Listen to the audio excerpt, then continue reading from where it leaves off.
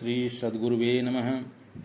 नित्यं शुद्धं निराभासं निराकारं निरंजनं नित्यबोधं चिदानंदं गुरुं ब्रह्म नमाम्यहम्। मैं उस नित्य शुद्ध आभास रहित निराकार निरंजन नित्य बोध स्वरूप परम गुरुदेव को नमस्कार करता हूँ। ओम शांति शांति शांति। प्रणाम भगवान। भगवान आज दृग्दृश्य विवेक में परम पूज्य ब्रह्मनिष्ठ महात्मा स्वामी श्री अखंडानंद जी महाराज पुनर्जन्म की बात करते हैं। आज इनका प्रवचन इसी पर है। स्वामी जी बता रहे हैं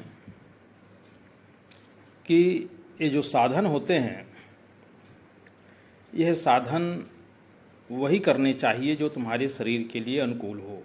साधन रिज होना चाहिए, माने सरल होना चाहिए। कहते हैं कि देखा देखी करे योग, छीजे काया बढ़े रोग। माने किसी की देखा देखी कोई भी साधन नहीं करना चाहिए। धोखे का, खतरे का साधन कभी नहीं करना चाहिए। बहुत सावधानी से इस मार्ग में आगे बढ़ना चाहिए। अब स्वामी जी पुनर्जन्म की बात बताते हैं कि अध्यारोप अपवाद का जो सिद्धांत है उसे भली भांति समझते हैं। जन्म जिसको बोलते हैं उसका तत्व के साथ संबंध प्राकृत परंपरा में भी नहीं है और आध्यात्मिक परंपरा में भी नहीं है। ब्रह्म का भी पुनर्जन्म नहीं होता और प्रकृति का भी पुनर्जन्म नहीं होता। पंचभूत का भी पुनर्जन्म नहीं होता है। कहते हैं कि अंगूर है ना, एक अंगूर के बीज से दूसरा अंगूर पैदा होगा, दूसरे अंगूर के बीज से तीसरा, और अंगूर में जो पंचभूत होगा वह सब में अलग अलग होगा। बीजगत जो संस्कार है वही अंगूर को पैदा करेगा। अंगूर की प्रकृति पुनः पैदा नहीं होती, अंगूर का पंचभूत पुनः पैदा नहीं होता, अंगूर की आत्मा पुनः पैदा नहीं होती।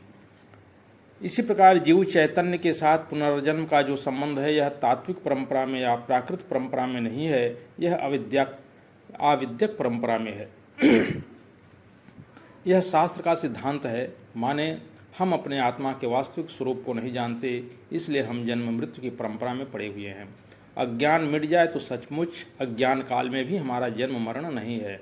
न हम पैदा होते हैं न मरते हैं।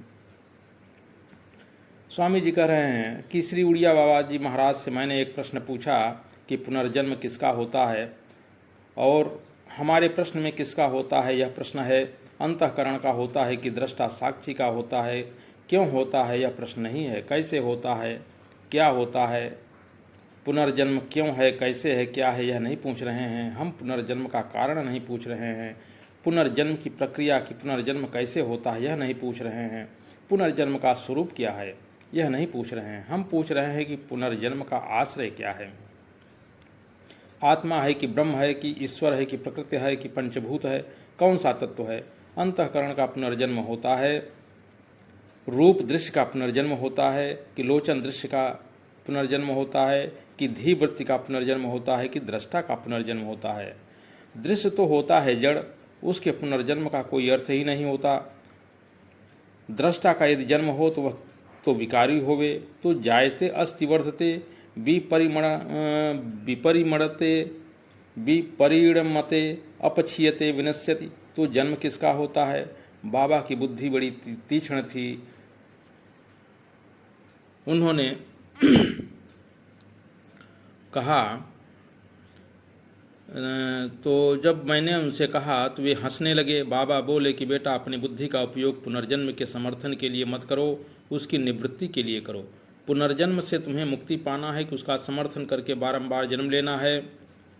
हम सोचते थे कि बाबा कहेंगे कि 17 तत्वों का बना हुआ जो लिंग शरीर है, सूक्ष्म शरीर है, इसका होता है जन्म, इसका होता है पुनर्जन्म, तो वह स्वर्ग नरक में जाता है। तो बाद में मैं यह कहूँगा कि मेरा यह प्रश्न होगा कि मैं तो सूक्ष्म शरीर का दृष्टा हूँ, सूक्ष्म शरीर का मैं साक्षी हूँ। यदि सूक्ष्म शरीर का जन्म पुनर्जन्म होता है तो होने दो, स्वर्ग नरक होने दो, इससे हमें क्या मतलब। मैंने यह सोचा था। बाबा बोले कि बेटा अपनी बुद्धि तुम पुनर्जन्म के समर्थन में मत लगाओ। ऐसा उत्तर मिलने से चमत्कार हो गया। तो स्वामी जी कह रहे हैं कि हमको एक ऐसी वैज्ञानिक प्रक्रिया मालूम है जो आपको नहीं मालूम है, और आपके अज्ञान के कारण वह चमत्कार भासता है। चमत्कार का इतना ही रहस्य है, इसके सिवाय इसका और कुछ रहस्य नहीं है। यह चमत्कार शब्द यथार्थ है ही उसके लिए जो अज्ञानी हैं। चमत्कार शब्द का कोई अर्थ नहीं होता। जरूर कोई न कोई नासमझी लगी हुई होती है, तब चमत्कार भासता है। यह चमत्कार देखो, न अंतःकरण का पुनर्जन्म और न दृष्टा का पुनर्जन्म, आत्मा का पुनर्जन्म नहीं है और पंचभूत का पुनर्जन्म नहीं है, अंतःकरण का भी पुनर्जन्म नहीं है। वह तो जड़ है, दृश्य है, उसका पुनर्जन्म क्या होगा? तब क्या है? तो बोले कि प्रपंच भले मालूम पड़े, परंतु अविद्या की निवृत्ति से पुनर्जन्म की निवृत्ति हो जाएगी।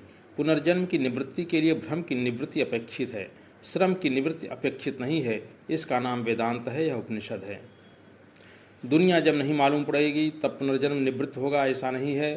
स्वर्ग में जाना, नरक में जाना, ऊर्ध्वगतियों का होना, पितृयान मार्ग, देवयान मार्ग, एक अलौकिक पुरुष का आकर के ब्रह्मलोक में ले जाना, ये जितनी गतियां हैं ये सारी की सारी अविद्या की परंपरा में हैं। और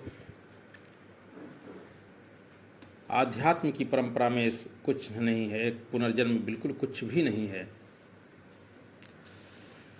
तो स्वामी जी अब आगे एक मंत्र के माध्यम से और विस्तार से समझाएंगे। इसको मैं अभी यहीं समाप्त करता हूँ। भगवान शेषकल प्रणाम। भगवान।